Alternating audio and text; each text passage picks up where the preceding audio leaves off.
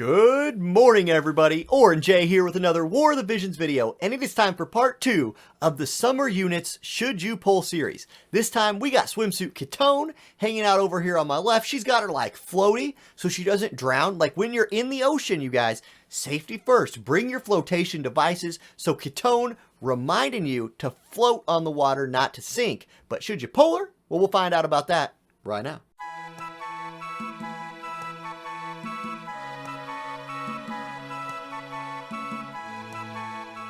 Okay, now, like my last summer unit preview video, this one also brought to you by Amazon Coins, so if you want to support the stream, my Amazon Coin affiliate link is down in the description. It is a fantastic way to support everything we do here, and thank you to everybody who uses that link.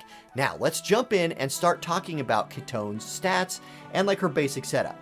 She's a fire element magic user. Her master ability is increase single target resistance by 10 for herself and increase her spirit by 5.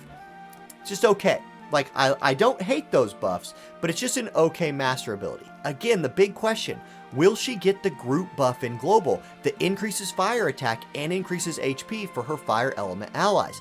That would be massive if she did with all the strong fire friends that are out there. We'll have to see. We'll have to wait until Wednesday. Now, let's look at her TMR. It's an accessory with 314 HP, 10 spirit, and 12 accuracy. It's okay. Again, it's another spirit sort of focus thing, but 10 isn't a lot. Okay, the stat line's whatever.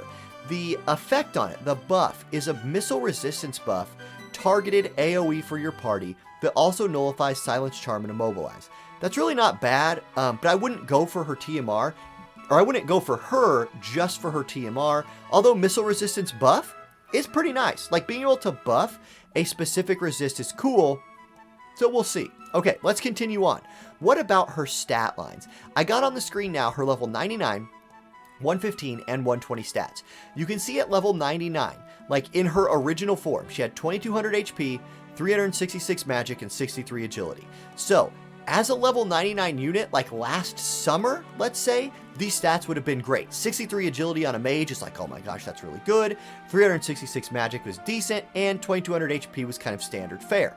However, in the modern day, you're going to need more stats than that, I think, to deal with like modern magic tanks and modern Dwaynes and stuff like that. So at 115, her HP takes a massive jump to 2916. Her magic takes a big jump to 452. Her agility stays the same. And her dexterity and luck go up a little bit as well as her spirit. So at 115, she actually gets a big boost in stats.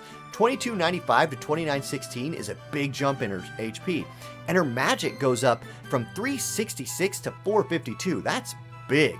So that jump from 99 to 115 is really significant. Her agility stays the same, so whatever, but that spirit boost, again, you're seeing a lot of spirit on her. She's going to be a high spirit unit.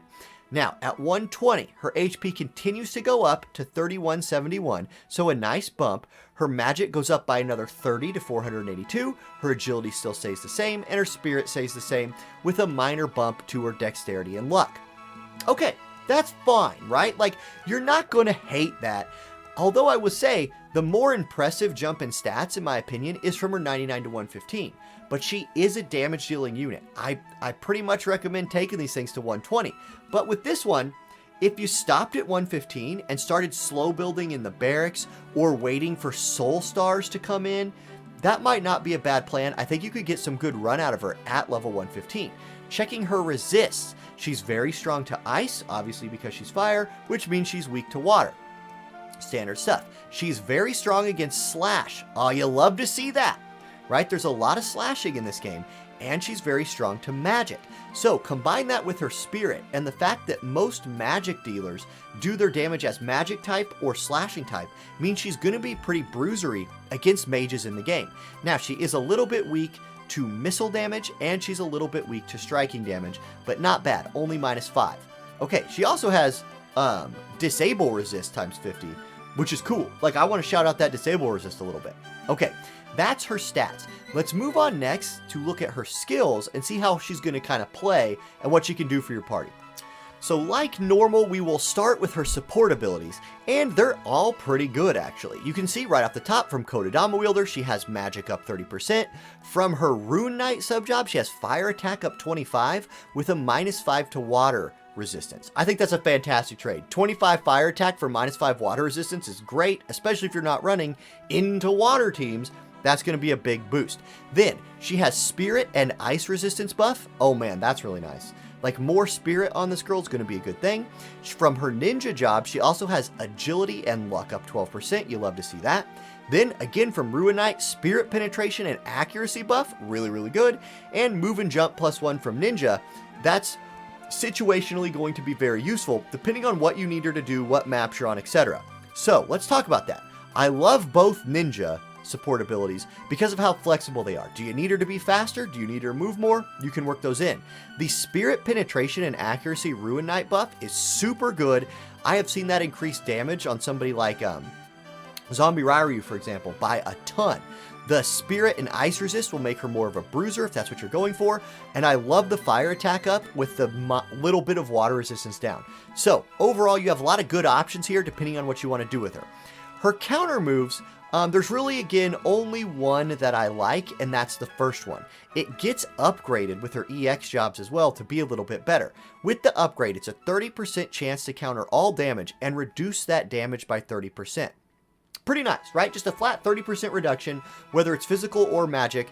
Those blocks can be really clutch in PvP, and in PvE against some bosses. So I really do like that one. The other two are pretty bad. All right, let's continue. Her main job. She's a Kodama Wielder main job. That is a phenomenal main job. More can tell you all about that.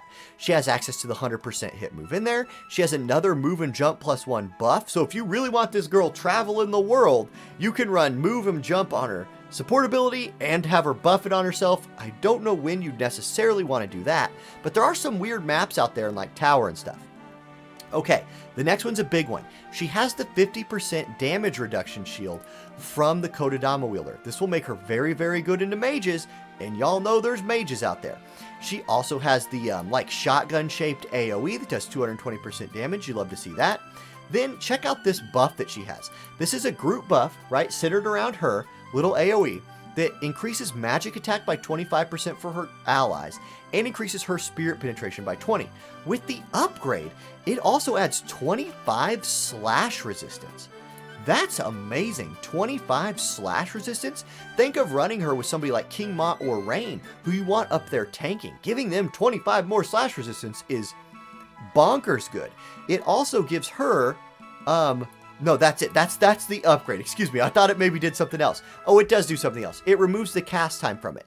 So it becomes an instant cast buff. Well, when you're setting up your early turns, those instant cast buffs are a big deal. So I really love that buff. That buff is amazing. Then, her job level 25 ability, what you get for taking her all the way to that 120, is an AoE attack, magic-based AoE attack. You can see the range in AoE there, that decreases slash attack and magic attack by 40 for 3 turns on the target. So big AoE attack right here that does a lot of damage and really nerfs the damage potential of any slashing or magic dealing unit, right? That's really nice. So you can kind of see what she's supposed to do. Her Kodama Wielder subjob, she has the confusion thing. She has the jumping attack where she jumps to the target and hits them for large damage. That does hit pretty hard. Then she has the stun attack that is actually pretty decent from time to time, but it has a cast time. You're probably not going to run Kodama Wielder very much. Now, Ruin Knight. This is a big one because it gives her access to another damage type with slashing. First up, she has Drain Evocation. You gotta love this move. Huge range with a little bit of damage, but it gives her an 100% magic for 1 turn and slash resistance penetration 40 for 1 turn. This is the Wombo combo, the Zombie Ryu Wombo move. You go absorb attack into this one right here, Hazard Slash. The like magic damage hazard slash, 225% damage. It does cost you 25% of your HP, but this will like wreck people, especially if she drain evocations first. She also has a fire resistance debuff, which could be good for PvE. She has the magic buff for herself that consumes her own HP, and she has an ice killer slashing attack. Now, all these attacks, even though they're slashing, still scale off of her magic, so that's really good. Okay, I love the Ruin Knight sub-job. I think this is going to make her hit like a truck. She also has Ninja.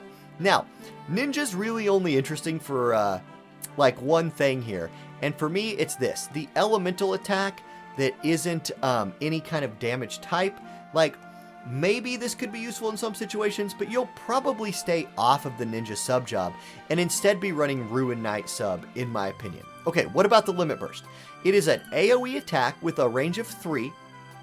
It does 200% damage and will inflict sleep for 3 turns on the target. Now, the 67% chance is actually a lot higher on an LB. This thing will probably sleep the targets that it's hitting unless they're somehow resistant to it. Sleep is an okay status effect. I think it's better than Confusion in a lot of situations, but again, if that unit is hit by something else, by another one of your teammates, it will remove the sleep, so it's not like a disable or something crazy like that. Still, that's pretty good. AoE sleep, you're going to take that. That's her skills.